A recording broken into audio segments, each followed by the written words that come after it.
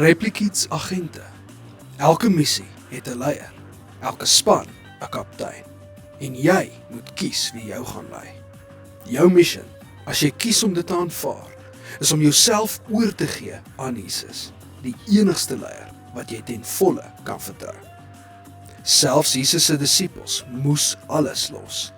Vandag kyk ons, wie is in beheer van jou lewe?